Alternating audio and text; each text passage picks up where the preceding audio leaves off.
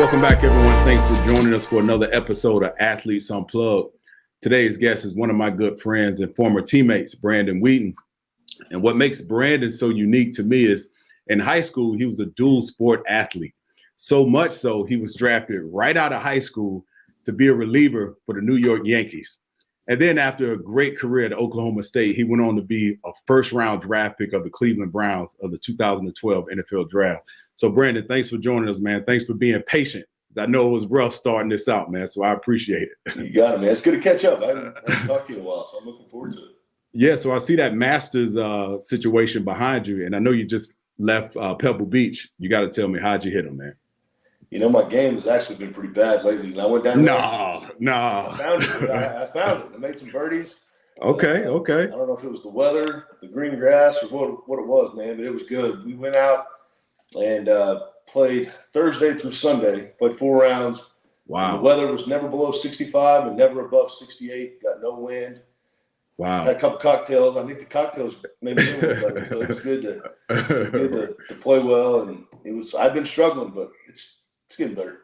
So when you say struggling and hitting them well, you know, you're not like the average civilian like me. Now, I can't play with you because I'm consistently in the hundreds. So what's a good day? What's a good day for you? And by the way, Pebble Beach is not – I would never want to go to Pebble Beach and embarrass myself around a bunch of qualified golfers. So, you know, that in itself is another class that I'm not welcome to. But what's a good day for you on the golf course? I mean, low to mid 70s. I mean, you know, if I make some birdies, I'll shoot under par. Lately, I mean, I've sprinkled in some 80s. Like if I shoot 80, I'm pissed. Like that's a bag. Right. That's lose sleep at night. Go to the range and start grinding type deal. But out there, I shot my first round. I shot 76. Okay. At Spanish Bay, I shot 74 at Spyglass, and I double bogeyed freaking 18 to shoot 1 over at Pebble Beach. So I'm kind of pissed about that. But I'm hitting it better, man. Like I said, that's all I do now. I got kids. And, right. My free time, I just get out and chase out the white ball. Yeah, ever since King was born, he's 3 now. I've gone to the golf course and swung the club a few times, but I haven't played 9 or 18. I always find something else to do, and everybody around me plays. So this summer I got to make a conscious effort to get back out there. But with that being said, now that we got the golf talk out of the way, let me go back to the intro and I know a lot about your football career, college-wise. I did my research. You had a hell of a career at Oklahoma State. Probably one of the greatest players. It's just a matter of time before you get inducted into the Hall of Fame. So kudos to you on that. But let's go back to when you're a young kid and when sports, like most of us, you're a highly competitive person. Hell, you played golf, you played professionally baseball and football professionally. When did baseball in your life when did you realize you were really good at it? Yes, growing up, I started playing baseball when I was like just before I turned 4. And so T-ball on, really from day one, baseball was always my sport. So it was pretty much a year-round deal. I didn't play football as a kid. I never played tackle football until I was a junior in high school. I don't think a lot of people know that. No, I didn't know that. Football when I was like 10, loved it, but I wanted to focus on baseball. So in high school, I did all 3. I did baseball, basketball, football. But to answer your question, so it's funny. So until I was probably, I'd say 11 or 12, I was better than everybody. I was the best player, around, and then I didn't really grow. Everybody else grew, and I was a runt. So then I kind of got passed for a couple of years, and then really when I realized, like, man, I have a chance to play in college or hopefully at the next level was my junior year. So I couldn't break glass with a fastball my sophomore year. It was brutal. Literally, I'm throwing curveballs and knuckleballs and everything just to get guys out. And so then I started playing football my junior year because that was the first year I ever played football. Jumped into football. I think it helped my arm strength. That is crazy. 78, and then I touched 90 my junior year, and that's when I realized I was like, all right, man, like. Wait. Hold on. You're junior year. So you always played baseball. You just said you could throw a baseball through broken glass or you couldn't break glass with a fastball. You didn't really peak until your junior year? I mean, that's when I kind of hit that growth spurt. So I was like damn 5'7" as a freshman, probably 5'9" as a sophomore, and then I was like 6'4" as a same height I am now as a junior, but I only weighed about 165 pounds. I was skinny, and I wasn't matured yet. So it was weird. I was like really good. Everybody passed me, and then I kind of caught back up on me. But I had no desire to play college football. So like, wow, I signed baseball during football season my senior year. I mean, that was my sport. Right. I literally went from throwing like 77, 78 my sophomore year, and I topped out at 98 my senior year. So I kind of those 2 years right there. I just kind of really took the next step and got better. So and I was pissed. I remember getting so mad at my coach. I was a shortstop. I thought I was a good shortstop, good hitter, and I was a good high school hitter, but come to find out I wasn't that good. So I wanted to play shortstop. I didn't even want to pitch. And then one of the coaches was like, "Look, dude, I'm going to be honest with you. You have no chance to go to the next level, whether it be JUCO, Division I, Division II. You're not playing shortstop at the next level. If you want to go to the next level, you got to pitch." And so I got on the mound and found something, and thank God I did. Damn, it's something about your demeanor when we first met in 2012. It occurred to me, and I couldn't find anything to tell me when you started playing baseball, when you started playing football. So it doesn't surprise me that you were so freaking talented, and I'm thinking about that junior senior year of, which sport do you choose? You're playing football, you're playing baseball, and you're trying to decide. Okay, you had no desire to play college football, but you're really great at baseball. So that leads me to this next question. Did you have any offers playing football your senior year when it came that time to sign the letter of intent, or did you meet a cutoff place where you had to make a decision to play football or baseball in high school? Yeah, so it was weird. The way I kind of lost you there for a second, but I think the way, for me, I was fortunate. I had, my baseball coach was cool. He was cool with me playing other sports. So I played, and I wanted my senior year. I didn't even want to play basketball because I wanted to focus on baseball. I wanted to go straight from football, jump into baseball. And, I'm still of the opinion you should play them all. Like, I don't care what sport, soccer. Right. I played the same. Do it all. Same. Right? Like, let's find out what you're good at. Let's become an athlete. Right. So that, it was never really like I was pressured just to play one. I was never really focusing just solely on one sport. I just like whatever the sport was that season. So, for me, man, it was honestly, it was like, all right, I had a decent junior year. My team sucked. We were like 2-8, bro. We were terrible. And I threw for a bunch of yards, but a lot of them were like trash yards late in games. And right. And then I started figuring out my senior year, and I was like second in state in passing, second team all, so the whole deal. And so all state in both really had fun. Football and baseball, right? Say it again. You were all state in both baseball and football your senior year. Yeah, right? My senior year I was. So, I don't know, man. I was a late bloomer, and I think that's why. Right. And we'll get there in a second, I'm sure. But like the Major League Baseball draft, a lot of that is just like projectability.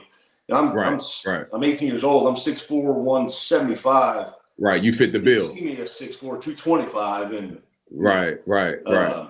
But I just was kind of a late bloomer, man. Like I was, I kind of had a weird progression through the whole deal. But man, I had zero desire to play football. And like I said, did you have any interest, any offers your senior year to play football? No, because like I said, I didn't even send out tape. That's back when we're about the same age. So that was back when I physically sent out tape. And right.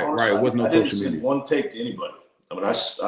I signed to play baseball. Whoa, wait. During football season. So wait a minute. What's crazy? This is what's crazy. So so Gundy recruited my tight end, and he ended up getting caught cheating on the ACT. So they nixed him. So he went to a small school. So that's when so Gundy saw me play plenty, and that was the transition back to Oklahoma State eventually. But I didn't send out one tape. I didn't. That's crazy. I didn't know that. I didn't know that. So you get drafted, you decide to go to the Yankees. You're in the farm system for 5 years or so? Yeah. Yeah. So at what point, when did you decide like, okay, enough is enough. This baseball thing isn't working out. Or I believe I read something where you had a torn labrum or you got injured tendonitis or something like that. How did that conversation happen for you? And when did you decide, okay, I've had enough. I've exhausted myself enough in baseball. Let me go try to reconnect with Mike Gundy and try this quarterback thing at Oklahoma State? It's funny. So like, so when I signed, the big holdup when we signed my contract was getting the amount of money for school, because I knew school was going to get more expensive. So that's what took so long to sign my baseball deal. Okay. The Yankees ended up paying for my school. So at the time, my parents were like, we need to get this money. I don't want to pay for your school. We need to get as much money as we can. Yeah. And so anyway, I told my mom and dad, I was like, if I don't make it, I'd love to go back to school and play football. And they're looking at me like, yeah, right. Yeah, right. And, right. So that was really my plan from day one. I would say after my fourth season, my shoulder wasn't good. I mean, I was kind of losing some velocity. And, I kind of hit that. You just know, like, I was in A-ball still, scuffling around, riding buses, eating peanut butter and jelly sandwiches, not making any money.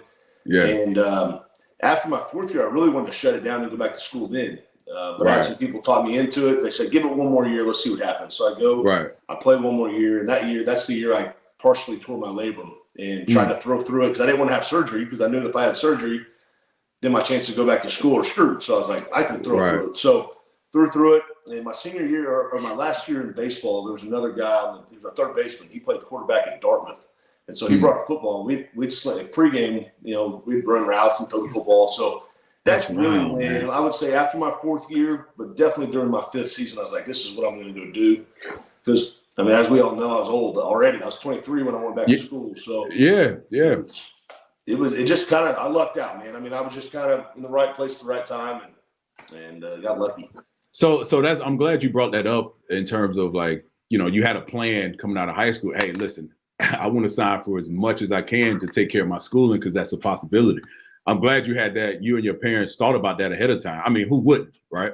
But let me ask you about some of the. So I have a buddy I went to high school with. His name is Kochman. He was a first baseman, and I remember going to high school baseball games, and they won everything from the spring to the 5A championships. I went to every game, and he was like the 13th pick of the draft the year before you, 2001. Yeah. And so he's told me stories about, some of the travels, and it's tough. And a lot of people don't know when you get drafted, you don't start in the major leagues. You have to go through the farm system. What was those? How would you compare those travels to like when you got to the college or the NFL? Like, I don't know much about it. I've heard them tell me stories, but I was like, I don't know if that's fucking true. They treat you like a freaking, but anything jumps out to you in terms of, like, you say peanut butter and jelly sandwiches when you would travel or what have you. Was it really that tough just, as a single A or triple A, double A player before you actually make it to the big league? Yeah. So the way a lot of that depends on which league you're playing in. I mean, there's some leagues where, your furthest bus trip might be 4 hours. There's some where, like, I took one from South Georgia to Cleveland. It was 18 hours on a bus. Wait, you guys don't fly? No, never. What? In minor league, the only guys that fly is AAA for the longer trips. But if you're in AA or below, if you're in A-ball, you're in rookie ball, no, your bus. I never knew that. It's not like the bus we took to the game. Like, these aren't like nice buses. They're not school buses, but they're just not the brand new, they're probably the hand-me-down type buses. So you'll get a kick out of this, man. So I signed my contract, and I didn't really know exactly how it all worked. So I signed my contract. I go to Tampa. That's where the Yankees spring training and farm system is. Yep. And I didn't even know, like, the wage scale, like how much we're getting paid. So I got a nice little signing bonus. I get my first check. This is no BS, dude. Before taxes, it was $850 a month. Wait. $850 a month. That's before taxes. So I'm like, all right, cool. So thank God I had a signing bonus. I had some money in my pocket. Oh my goodness, that's crazy. Wow, I didn't know you guys didn't go up much. Really? It didn't go up much. It went from like $850 to like $1150 my second year. Then I think it was like $1250 my third year. So it was a luxury. You only get that 6 months out of the year. Right. Oh my gosh. That sounds brutal. You got to be committed. That sounds like you either got to be very committed. You got to be committed. And I tell people, I'm kind of joking, like, you're paying to play. If your parents still have money or you didn't get a signing bonus, you're damn near losing money. So it's I mean, you gotta want it. I mean, obviously the light at the end of the tunnel. If you get to the big leagues, it's great, obviously, but it's hard to make it, man. It's hard to get there. Yeah. So now you make the transition to Oklahoma State, and you're probably, as you mentioned, you're 23 years old. You're at an age where you should be graduating. What was that like personally for you to walk into a situation where, guys are not on your level mentally? And I know that had to, we talked about it many times in Cleveland, how we kind of gravitated towards each other and would just look at some of the dumb crap that these young guys were doing. Did you have that same situation once you got to college? Yeah, I did. I mean, so I came in with guys like Des Bryant, and I love Des. Des is one of my all-time favorite dudes. Yeah. But he's a big kid, right? He came in as an 18-year-old kid. He's a kid. And there was more guys. But so I came in as 23-year-old, and I'm the old man already. But my first year wasn't bad, because a lot of those seniors, the fifth-year seniors especially, those guys were 22, 23 years old. So right. Didn't you redshirt your first year? I did, yeah. Okay. Yeah, I did. So I redshirted, which was probably good for me because I got to do the scout team thing and got to knock the rust off. And right, you hadn't thrown a football. What's up?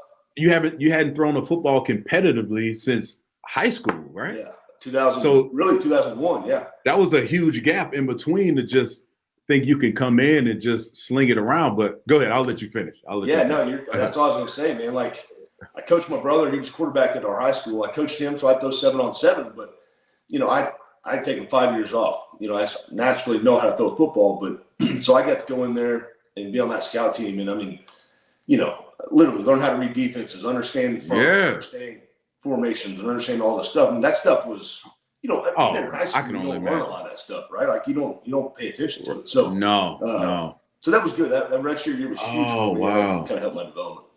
That makes sense because you said you were a late bloomer. Thinking about what you said earlier.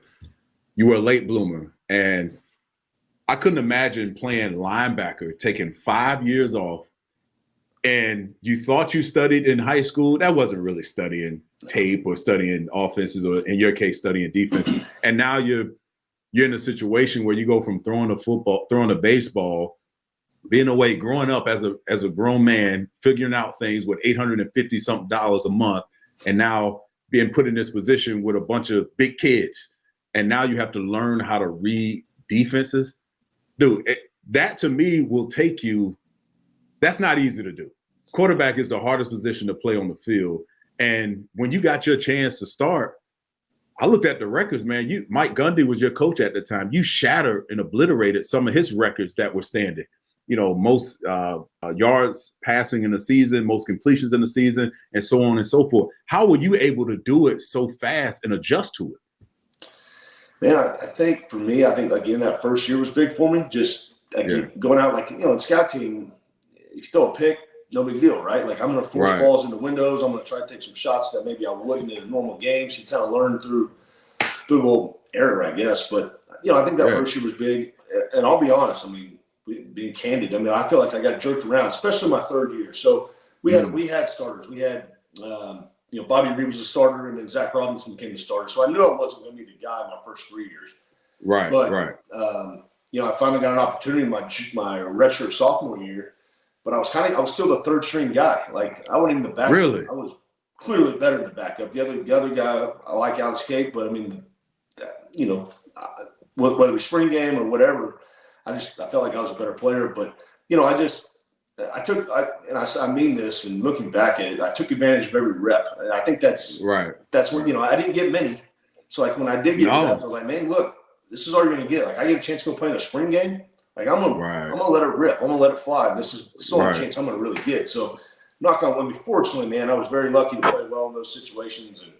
And I was able to kind of fight my way. I think about the kids these days, like, I never even thought about transferring, or I never even crossed my mind to leave or quit or give up. I'm like, I'm better than this cat. I'm gonna beat him out. It's gonna happen eventually, but I'm glad I stuck with it.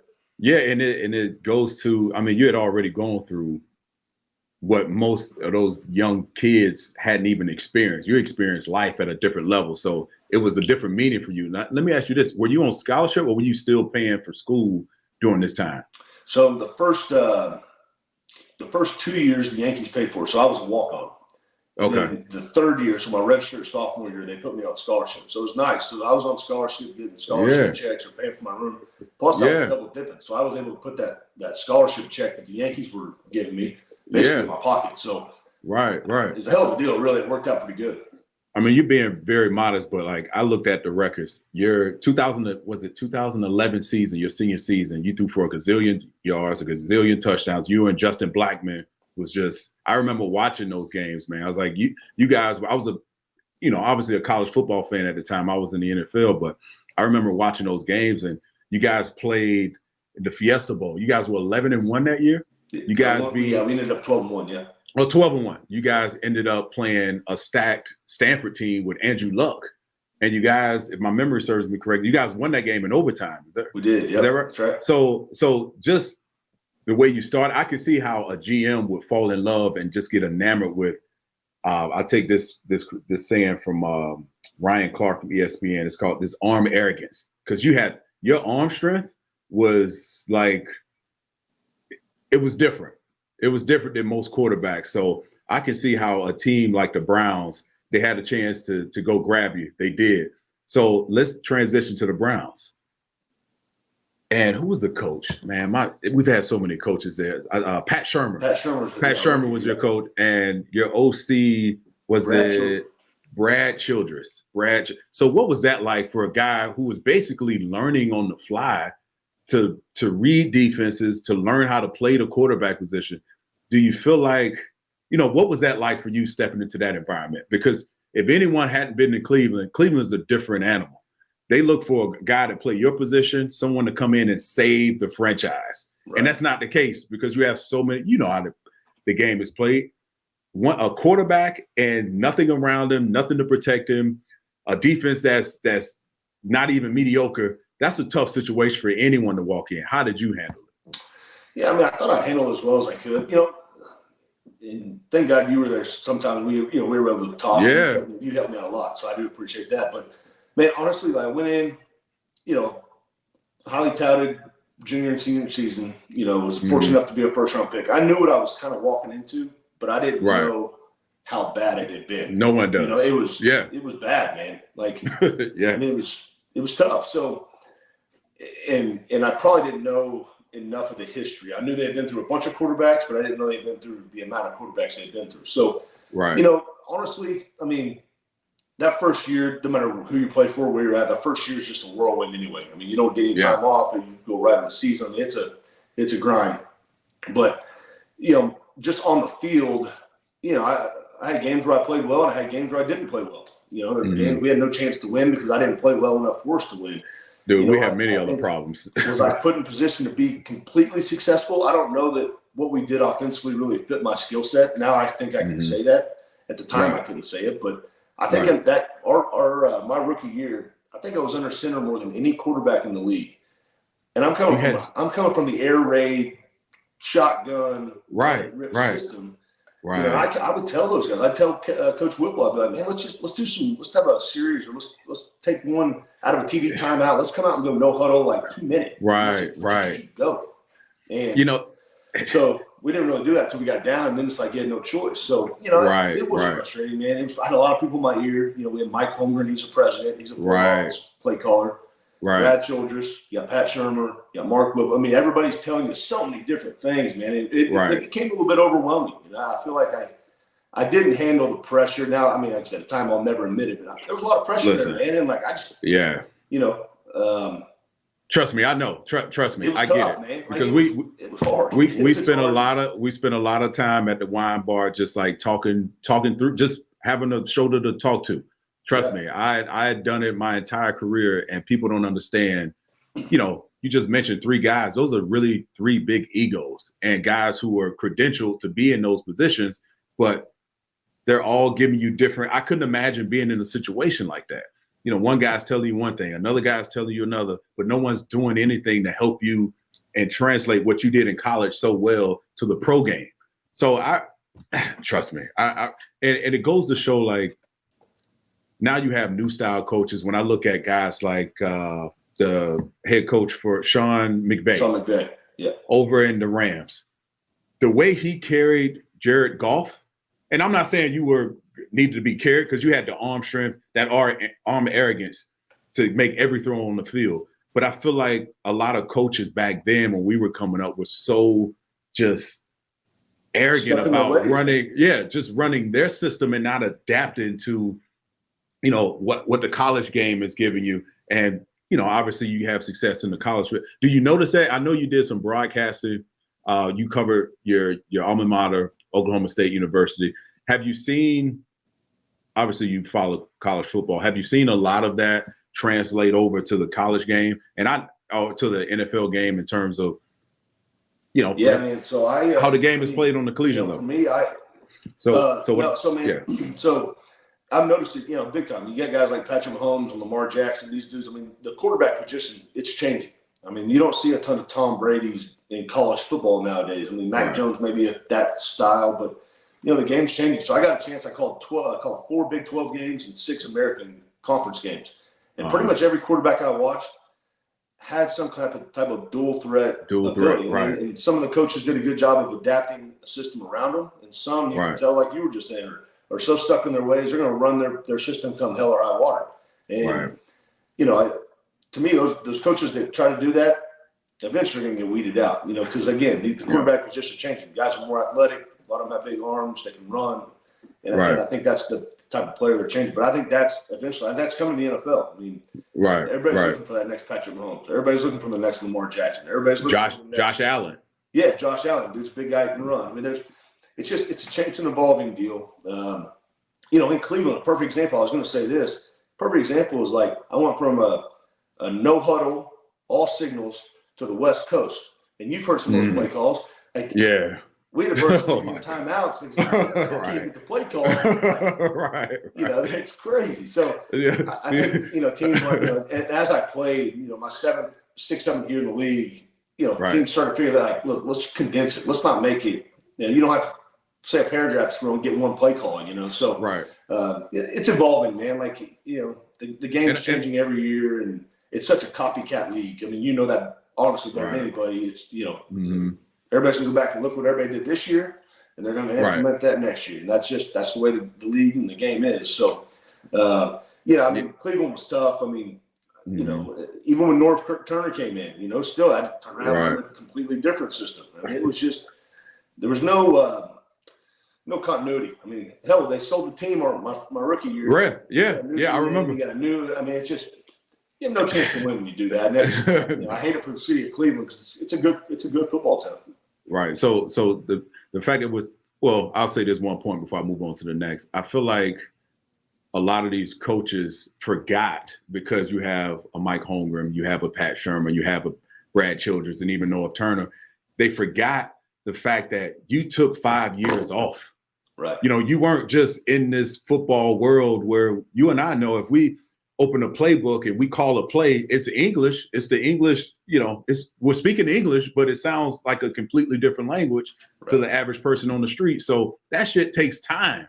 And I feel like at times you had such ability and it was lost. And I feel like every person's career, particularly a quarterback, you lose them in the first 3 years. If you don't nurture that relationship and nurture what they can do in the first 3 years, then you know how it is. Once you develop a reputation, that's it. You're done. That's it. You're done.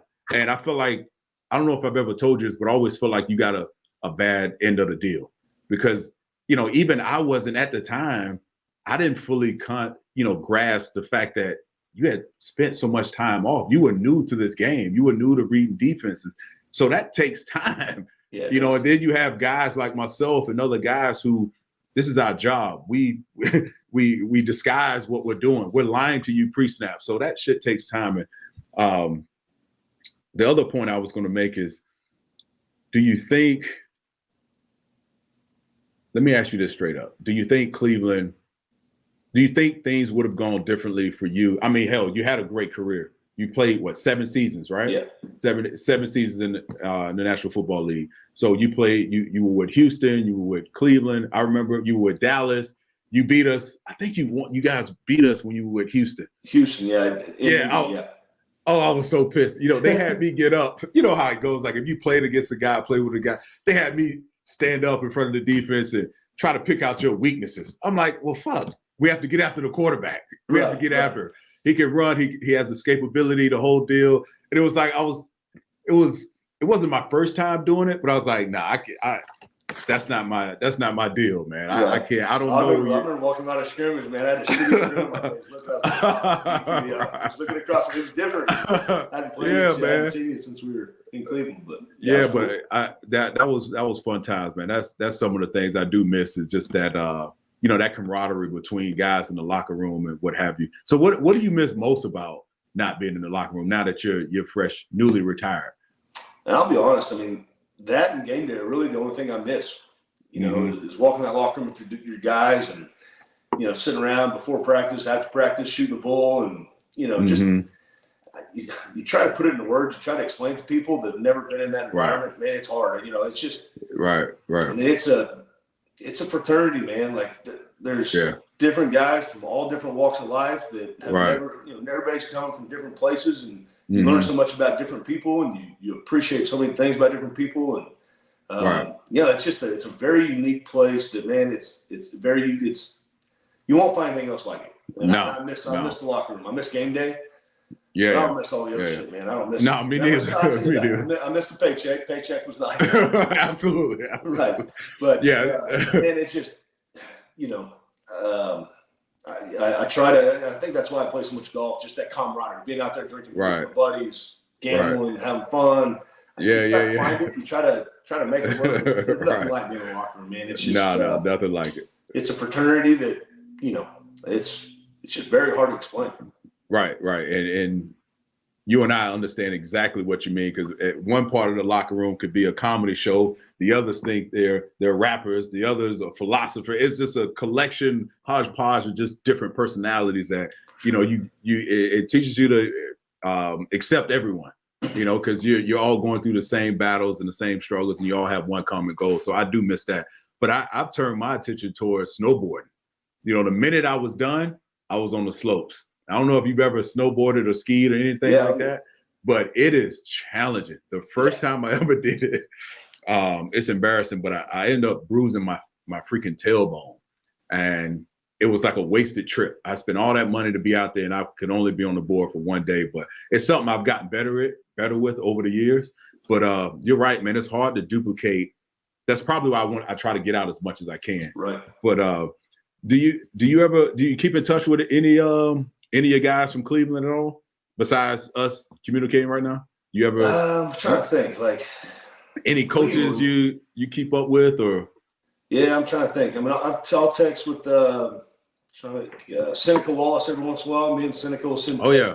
Yeah. I love that dude. He's awesome. Of course, Josh Cooper. He lives down the road from me. One of the receivers. Okay, so speaking of Coop, how old is Cooper now? Your son? My son, 7. Yeah, 7. Yeah. Good. So Cooper and Case, right? Yeah. I've never met Case. How old is Case? Case is 4. He'll be 5 in May. Oh man, so we're going through that 3-year phase where he's like telling us what to do, and my son, he's 3 now. Your son's 3. Yeah, I got you. Yeah, he's telling us what to do, what he doesn't want, and he slapped me the other day because I was too close to him. It's like, man, don't you realize I could? Like, what are you doing, man? So no, that's a beautiful thing, man. Make sure you tell Melanie I said hello. I sure will. Yeah, we used to have some good times in Cleveland, and I know you got to run, so I won't keep you too much longer. Just a few more questions, man. You're good. So obviously you're a fan of college football. You played for multiple teams, and I know you don't follow it like it's your job, but what do you think about the new Cleveland Browns situation with Baker Mayfield? They got a decision to make, and if you haven't watched enough of, whether you watched enough of his play or not, everyone seems to have an opinion about him. What's your general opinion about how the Browns should nurture that relationship, or if he's the guy moving forward? I think, this year was a weird year for him. I mean, you got to give the guy credit. He played through an injury that's pretty significant, and he didn't play very well. But so you got to commend him for being tough and fighting through it. I get it. So I personally, this is just me. Yeah. I think he deserves another year. Go out, he's going to be healthy. Yeah. Let's see what he can do. I think for a couple of reasons. One, they picked up his 5th-year option. So in quarterback terms, he's not expensive. He's not. We're not giving him a $250 million deal. Let's let it play out on a $20-some-odd million deal. Let's see what happens. Right. Let's say he plays well enough, they could always franchise and do different deals. But I think they've got a bunch of really good pieces around him. I think that offensive line is really good. I think that run game might be the best 1-2 punch in the league. Yes. So I think if he's healthy, they can run the football. I think he's best when they're doing play action. Get under center, play action. No doubt. Protect it up, take shots. Find Jarvis, find those guys on the outside. He's got some dudes, man. He's got some dudes. And tight ends too, yeah. And a great defense. He deserves another year, man. And I don't think financially it doesn't handicap him. I think it gives him a year to go out and get other guys salary cap wise. Right. Because I think he's shown, the consistency maybe hadn't been there, but I think he's got the ability to put together a pretty explosive offense. And when things are good, when they're doing things he's good at, right. They got a chance to be pretty good. There it is. And plus, I feel like he has that it factor. The guys like him. He hangs out with him. And, you know as well as anyone, to play that quarterback position in Cleveland. And if you have something that's working, stick with it until you can, and until something else comes up, if that's the case. But short term, I agree with you. So let's go to the Cowboys. I know you spent some time with the Cowboys, man. What is it like? So from the outside looking in, I've always viewed the Cowboys as like, man, that's one team. If I get a chance to play for, man, I'm going. I'm taking that chance because Jerry Jones, if I were an owner, I would be meddling in every situation possible because I'm a fan of football and the head coach's business, everyone's business. What was it like playing for the Dallas Cowboys? And is it true from the outside look that the lure they have, the attention they get, do you feel that when you're in that building and when you're part of that organization? Big time. I tell people when you have that star on your side of your helmet, the lights are brighter, pressure's different. I mean, it's just it's different, man. Like you go, I was in Cleveland, you travel in on a Saturday night or Saturday afternoon, we'd have 10, 15, 20 people. With Dallas, it didn't matter if it was Green Bay, Buffalo, Miami. It didn't matter, bro. There's thousands of people out there waiting in the hotel lobby. I mean, it was different, especially coming from Cleveland. And I'm not knocking Cleveland, but I mean, they were going right? They sold the team. Mm-hmm. At the time, it was kind of the bottom of the barrel, right? Now you're going to the creme de la creme. I mean, we're doing black tie dinners on the top of the World Trade Center 2 nights. What? Play the Giants, red carpet stuff. We're doing. I mean, some of the events. I mean, it was unbelievable. I mean, it was. Jerry does it right. I mean, he loves the glitz and the glamour. Yeah. He was ahead of his time. He was definitely, his marketability of the team and what he wants for the team. Everyone, player, coaches, everyone wants. You there? Yeah. So from a marketability, no, you're good. From a marketability standpoint, I thought he's always been ahead of his time. Now with social media, it is what it is. If your players are into it and they're bringing attention to everything you're doing, it only helps your brand. So I've always felt like he's been, whether I agree with it or not, now I'm a fan of social media and how it can help you and benefit you and all that. But we were on the early stages of that, man. And so I mean, at least in my opinion, I thought it would be here one day and go on the next, but it's here to stay. It's here to stay, yeah. Yeah. I will say one thing about Jerry. I mean, he's a little older. Obviously, he's a very successful guy. Right. How do I say this? I mean, and he'll never do this. So, but I think his son, all the guys they have involved making the decisions. I mean, he's the face. Everybody wants to talk to him, but I think the more they can keep a microphone out of front of the better off that organization. Right. That's just the Mac the fatter. But I just think it's just a different vibe, dude. I mean, I went from, again, Browns, Cowboys, glitz, glamour, red carpet, everything. Yeah. And I went down to Houston. It's blue collar. I mean, he ran it like he tried to run the New England Patriots. So, I've seen a little bit of everything, man. It's none of them are the same. I can promise you. Right. No, when I went to Indy, I remember walking in the locker room for game day, the home team locker room, and it was like division championship. I mean, all these like just memorabilia. It was like a museum of all the good stuff they had done and big games they had won, and even on the practice field in the facility. You walked in, it was like, oh shit, I got to win here. This is different from Cleveland. This is a lot different. And when I realized, it feels like you're in the NFL. Right. You know, like, right. You're like, man. Like you feel like you're in the NFL, you're about to go win something. It's different, man. It was a different vibe. So the story I was going to tell is, and I don't know if you've ever heard this from anyone else who ever played for the Colts, but my first year there in training camp, it's hot as hell outside. It's like after a week, all the hype is gone, and now you're in the dog days of training camp. So Mr. Irsay was always a fixture at practice. He would always have on a nice suit in 98-degree weather. He always had a suit on. I don't get it, but that's what billionaires do, I guess. Right. So the ones we had just run off the field, I'm grabbing some water, and I look over near the bleachers because every day we had as many fans as possible, and I see Mr. Irsay, and I see a gentleman behind him with a duffel bag. And I'm like, what the heck is going on? I see the crowd just migrate around Mr. Irsay. And I'm thinking, oh, it's Mr. Irsay. They want to shake hands. No. He wasn't only just shaking hands. He was passing out $100 bills to the fans. Yes, bro. Yes, he was passing out $100 bills, shaking hands, taking pictures, kissing babies, doing all of that. And I was like, what in the world is going on? And it was like, I was the new guy on the block. So I'm like, does anybody else see this? Everyone was like, yeah, that's Mr. Irsay. That's what he does. He loves his team and he gives back. So, and then the other instance was what a good story. Oh my gosh, I couldn't believe it. I could not believe it. And everyone else was like, oh, this, it's Mr. Irsay. He loves his team. He loves his fans. So the next story was the playoffs. We were playing. This is a year prior. Peyton had left to go to Denver. And